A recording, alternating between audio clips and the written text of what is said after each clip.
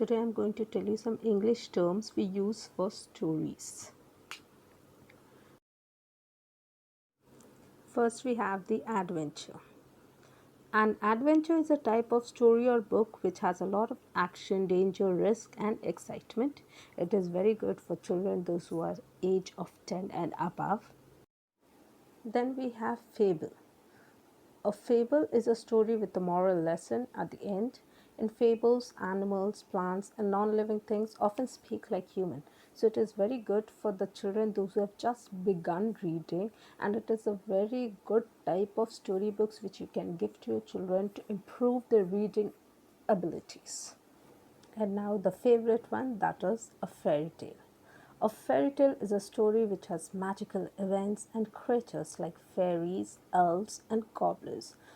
Children love reading fairy tales, so I would always recommend parents to have at least one book for your child which is related to fairy tales. And then the light verse. Light verse is humorous poetry, usually dealing with playful themes and aimed at amusing the reader. It is very good for children, those who have started framing sentences, those who are learning about sentences, those who are learning about homophones, those who are learning about synonyms, antonyms. It is very good for the children to read poems which are of light verse. It is very easy for you to understand and comprehend. Now we have the descriptive poem. Descriptive poem describes in detail the subject of the poem rather than telling a story or talking about feelings. It is good for students, those who are in class 8, 9, 10, age of 13 years and above, to go through descriptive poem. Now comes the short story. Children doesn't like to read nowadays. So I would tell that please all of you at least take a book which has short stories. A short story narrates a tale that is only a few pages long. So at least you will read something. You will have a good time and you will at least in a day spend few hours with your books.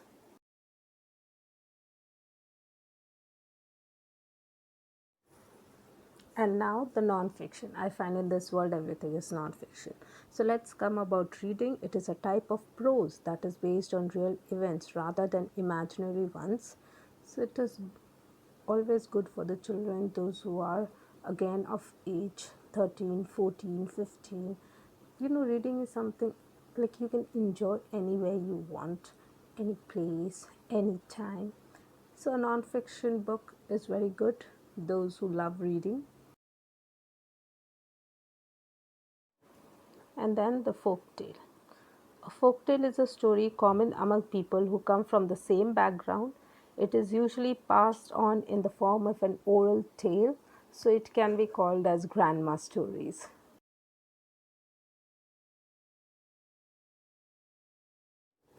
And then comes graphic stories. Graphic story is a story told through words and pictures arranged in a sequence with dialogues given in speech bubbles. Before we used to get this cartoon books, along with the newspapers also we used to get this cartoon books which has the speech bubbles and pictures were given, and it was really very imaginative one because children used to think looking at those pictures what the next speech would be or what the next portion of the picture is telling. And the last one in my chart is the autobiography. An autobiography is a type of story or book in which the author writes about stories and events from his or her own life. So, children, those who are big enough to understand and they enjoy reading, so please have an autobiography book of any great people, any famous one, and read it. So the parents, those who are deciding what type of book my child should read or what type of story books according to the capability of a child, according to the ability of a child, I would recommend all these terms which you can just go through and find a good book for your child. And I would request parents, please, please, please buy books. Invest more monies in buying books rather than other gifts. Books are always good for the students to read. They understand, they learn something, spellings and framing of sentences, grammar. So I would tell children that every day at least read something. 2 pages, 3 pages, please read something. And even I will make a video on handwriting, how a child should write with beautiful handwriting. Thank you for watching. Have a nice day.